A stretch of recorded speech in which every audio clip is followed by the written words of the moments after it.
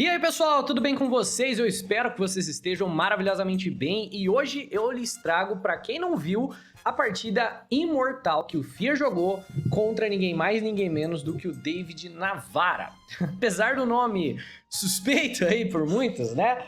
O David Navara é um jogador muito famoso e tem boa razão para isso. Ele é um jogador fortíssimo, uma lenda no xadrez. E o Fear enfrentou ele no Chess Slovak Open, que é um super torneio de xadrez. A média de rating do torneio é superior a 2.600 pontos. Então, é um torneio fortíssimo e o Fear absolutamente imortalizou o Navara com uma partida lindíssima. E hoje nós vamos ver esta partida aqui analisada em detalhes para você. Sem mais delongas, vamos lá. Temos E4 e C6, que é a defesa Caro-Kann. Pretas preparam para atacar o centro com D5 e o Fear vai para a linha mais tradicional, peão na casa de D4, ocupando o centro do tabuleiro, peão D5 e cavalo C3, simplesmente defendendo o peão de E.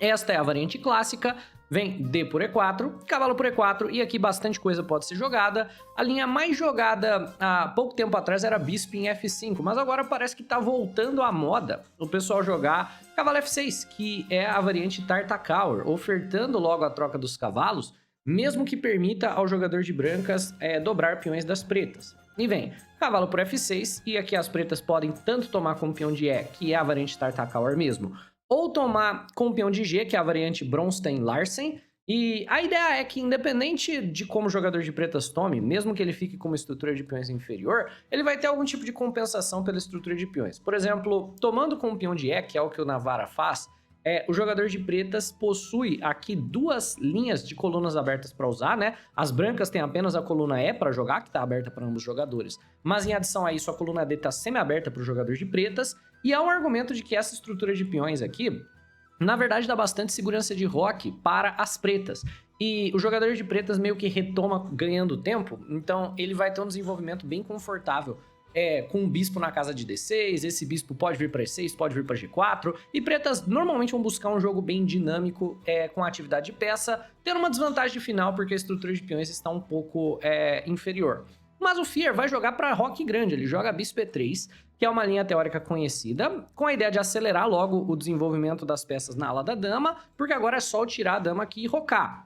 Vem bispo D6 e bispo em D3, e agora Navara, eu não sei se tentando pegar o Fear fora de preparação, joga um lance que praticamente não vê jogo no alto nível, né? Ele joga um lance que só foi jogado uma única vez, que é o lance dama na casa de B6, né? Esse lance alvejando o peão na casa de B2 só foi jogado em uma partida entre o Shamsidin Vokidov e o Petrosian.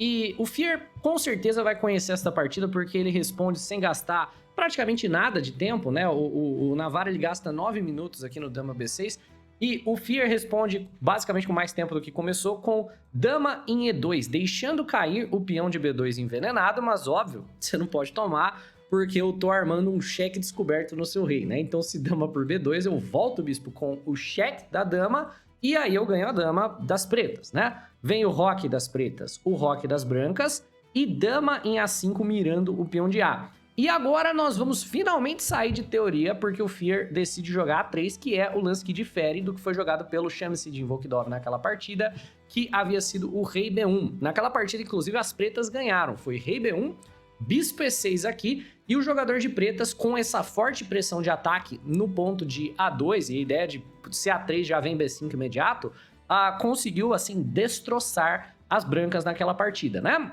O Fear, no entanto, vai jogar peão em A3. Então ele tá gerando aqui um gancho onde o sacrifício pode ser executado, tá gerando aqui um ponto de contato para, por exemplo, talvez pretas jogarem em B5, coisa do gênero, mas o Fear, como a gente vê aí de maneira tranquila no relógio à esquerda, provavelmente ou tá dentro de preparação, ou ele tá bastante confortável com a posição, porque praticamente não gastou tempo. Eu sei que é uma característica do Fear, né? Ele joga sem medo e joga rápido pra caramba, e a galera fica bem intimidada por conta disso, mas eu acredito que ele conhece a posição, acredito que isso aqui é preparação. Vem torre em E8 por parte do Navara, e o Fear joga peão na casa de C4, que é um lance super bacana para fechar essa diagonal do bispo. Como a gente viu na outra partida, bispo E6 é um lance que o jogador de pretas talvez gostaria de jogar. E também é um lance que prepara para jogar C5, para fechar esta diagonal do bispo também, e talvez desconectar a dama da visão que ela pode ter em potencial da ala do rei, né? Então depois do C5 a dama não vai ter uma maneira muito fácil de vir acudir o rei do jogador de pretas. E aqui o Navara decide por bispo em F5, né? E bispo em F5 vem com a ideia de que caso você jogue o C5, né, tentando desconectar a defesa da dama para com esse bispo, eu troco com o tempo aqui na sua dama também, né? Então, peão na casa de C5, eu posso jogar bispo por D3 e beleza, né? Eu tô trocando aqui com o tempo na dama, depois eu resolvo a questão do bispo atacado. Então, vem cavalo em F3 por parte do Fear, desenvolvendo normal. Cavalo D7 do Navara, desenvolvendo também. Rei B1 por parte do Fear, permitindo que o bispo seja trocado com um cheque, na verdade, que é uma escolha interessante, mas, claro, tirando o rei um pouco do centro do tabuleiro, é bastante normal. E agora vai vir o primeiro erro por parte do Navara. O Navara joga peão na casa de G6, que é um lance um tanto quanto duvidoso, né? Porque ele quer manter o bispo aqui defendido contra potenciais ideias de C5. Não tenho certeza se a ideia real de você jogar peão na casa de G6 é essa, ou apenas gerar um respiro para o rei, alguma coisa do gênero. Dito isso, é um lance meio estranho, porque tá movimentando os peões da frente do rei e tá gerando pontos de contato.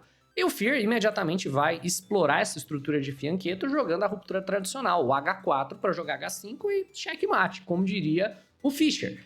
E o Navara vai cometer um segundo erro, né? Ele joga peão na casa de H5, e esse lance gera um ponto de contato muito forte, que é o G4. Então agora o Fear já possui, de maneira imediata, uma ruptura que expõe completamente o rei do jogador de negras. Em posições de roque em alas opostas, é muito comum que as avalanches de peões sejam o tema, né, para você explorar, né? Tendo em vista que se os dois jogadores tivessem feito roque curto, o Fear não ia querer mexer nesses peões, mas tendo o rei das negras aqui desse lado do tabuleiro, se você trocar esse peão de G por esse peão de H, por exemplo, a coluna G se abre e, obviamente, o jogador que vai levar a pior com a abertura da coluna G é as pretas, porque tem um rei na coluna G. Então o Fear imediatamente explora com o peão na casa de C5. Qual que é o objetivo de peão em C5, né?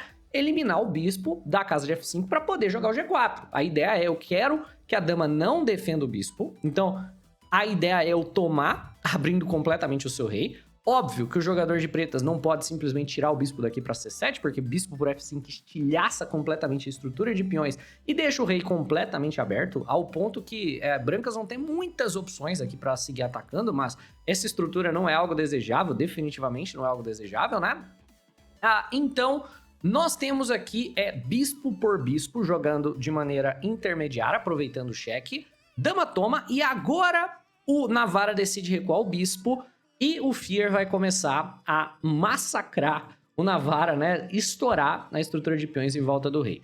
O que eu acredito que o Navara havia calculado é que o Fear não poderia jogar G4 de maneira imediata. Talvez ele tivesse que preparar o lance ao ponto que ele teria tempo para gerar contra-jogo. Porque, por exemplo, se você joga algo como, sei lá, torre G1 para poder jogar o seu G4, aqui já dá tempo do jogador de preta gerar contra-jogo. Ou, né, fechando com F5 para não dar para você jogar o G4, ou jogando B6 e começando a romper ele próprio a ala da dama.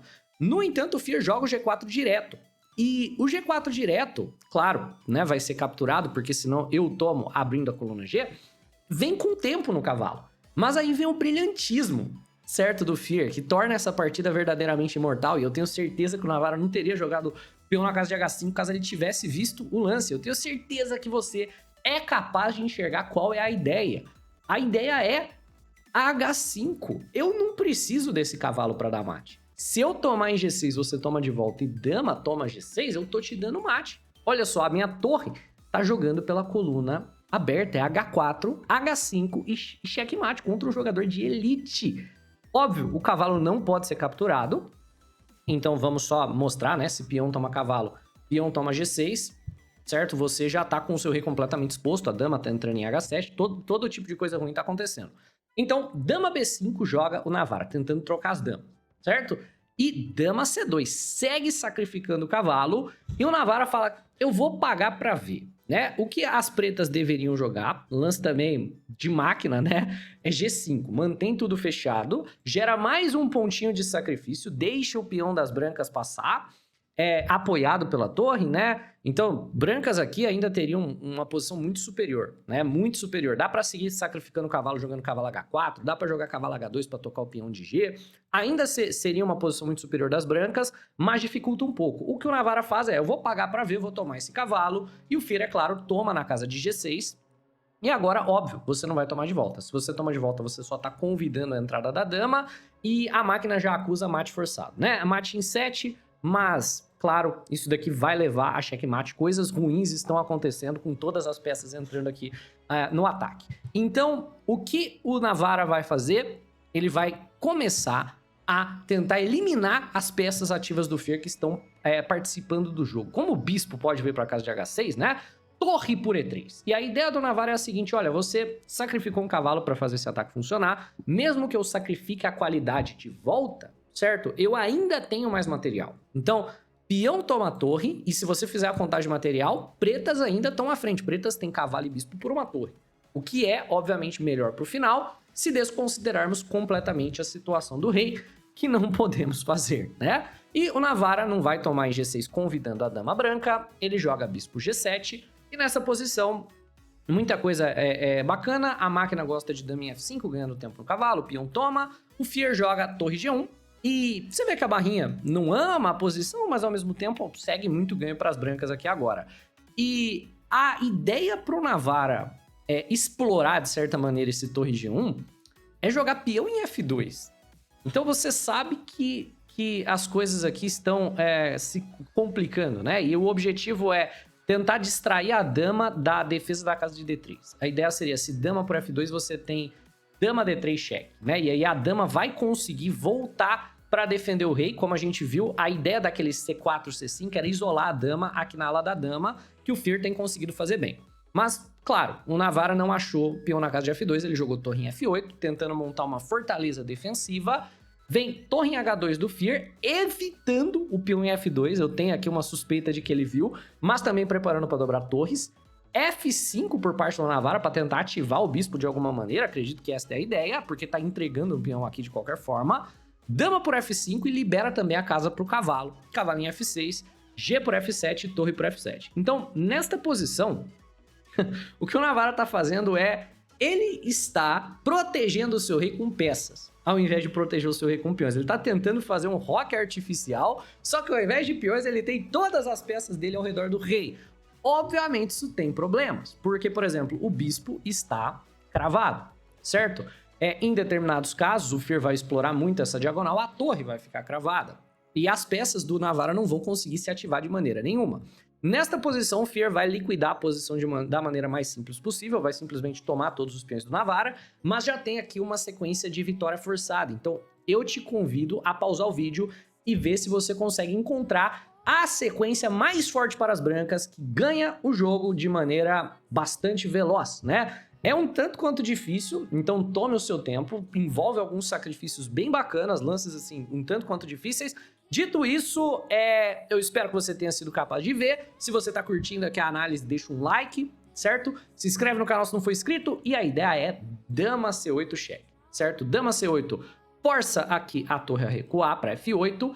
Agora a gente joga dama em E6 cheque, ganhando tempo, né? Como se a gente tivesse jogado dama em E6 direto, mas com tempo, não nos custou nada. A torre vem para F7, a gente tá explorando o tema tático da cravada. E torre H8, que lance maravilhoso, né? Depois de rei por H8, dama por F7 ameaçando o checkmate.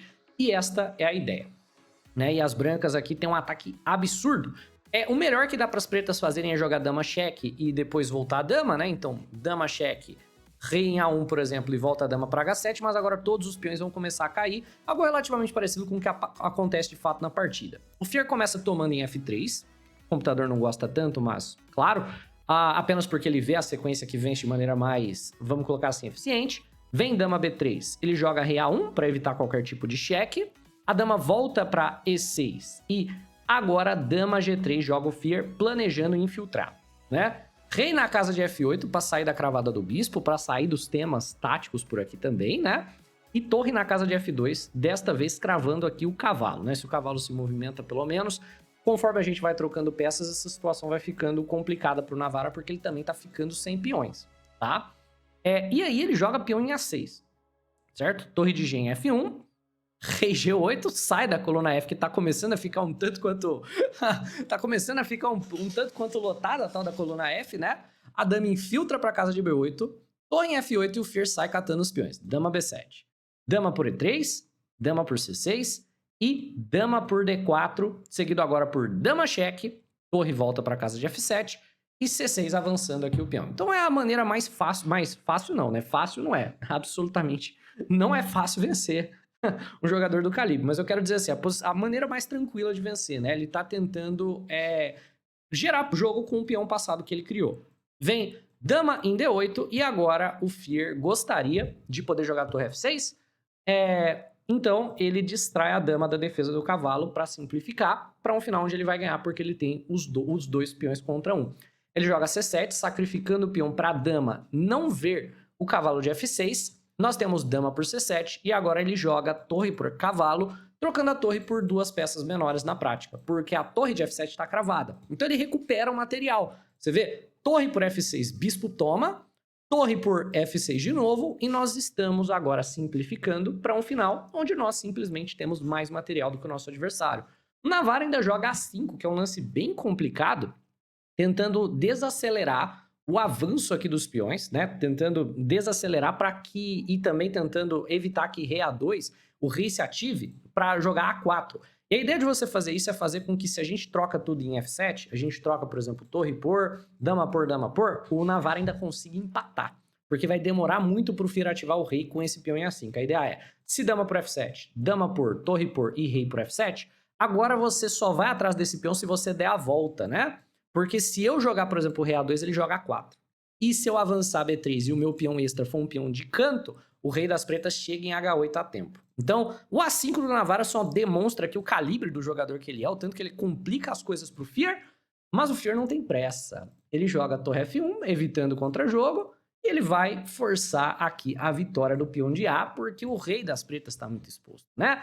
Vem o A4, e aí ele começa com uma sequência de cheques para pegar o peão, né? Ele joga dama cheque, rei G7, torre cheque, claro, não dá para ele pegar o peão com a torre dele caindo aqui com cheque, né? Então ele joga torre cheque, F6 e dama por A4. Então agora que eu tenho dois peões passados conectados, basta eu conseguir aqui trocar ou torres ou trocar damas e tá ganho, né? Vem dama em H2 ameaçando ali a torre, dama cheque G7, torre cheque F8, dama E8, rei G7 e dama em E5 e o Navarra abandona, porque esse cheque na verdade é um belo duplo que força a troca das damas.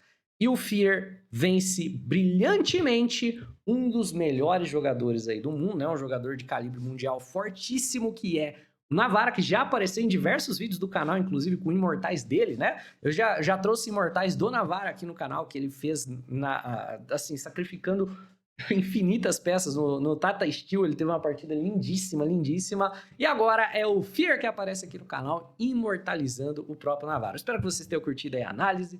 Se sim, deixa o like no vídeo, se inscreve no canal, caso você queira também material enxadrístico de alta qualidade. Pô, eu quero comprar um tabuleiro de xadrez, eu quero comprar um livro de xadrez para eu melhorar, certo? Para aprender aqui a ganhar esses finais, você encontra tudo na aba produtos, tá bom? Um abraço e até a próxima. Tchau, tchau!